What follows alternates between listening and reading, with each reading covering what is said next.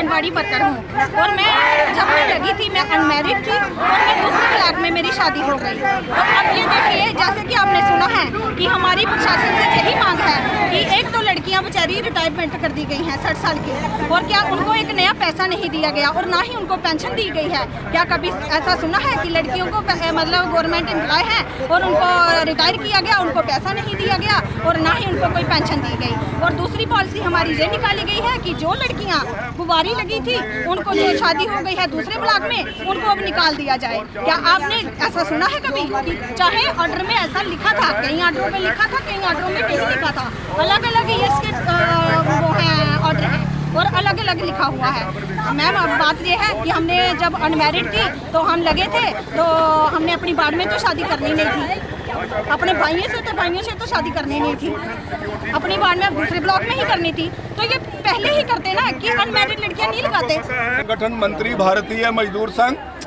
आज का ये प्रदर्शन है, ये भारतीय मजदूर संघ की 7, 8 और 9 अप्रैल को ऑल इंडिया कॉन्फ्रेंस जो है पूरे देश की पटना के अंदर, बिहार में पटना के अंदर कॉन्फ्रेंस हुई थी। उसमें जो सेंट्रल गवर्नमेंट और स्टेट गवर्नमेंट की जो पॉलिसी है उसके अगेंस्ट जो 4 हमारे वो है रेजुलेशन वहाँ लिए गए हैं। 4 रेजुलेशन के बाद वो सारी की सारी बातें वो आपको मैं बताना चाहता हूँ। भारतीय मजदूर संघ ने ये 4 प्रस्ताव पास करके हर वर्कर को, चाहे वो स्कीम वर्कर हो, आंगनवाड़ी वर्कर हो, आशा वर्कर हो, मिड डे मील हो, हर एक वर्कर जो हिंदुस्तान के अंदर काम करता है उसको सोशल सिक्योरिटी मिलनी चाहिए। उसके साथ मिनिमम वेज की जगह लिविंग वेज, हम कम से कम वेतन नहीं, हम जिंदा रहने के लिए वेतन मांग रहे हैं। कॉन्ट्रैक्ट सिस्टम टोटली खत्म करके ये जो सिस्टम है उसको बंद किया जाए और कॉन्ट्रैक्ट सिस्टम को जो एक्ट बना हुआ है उसको अबालिश करके जो परमानेंट बंदा काम करता है उसके बराबर उसको सैलरी मिलनी चाहिए।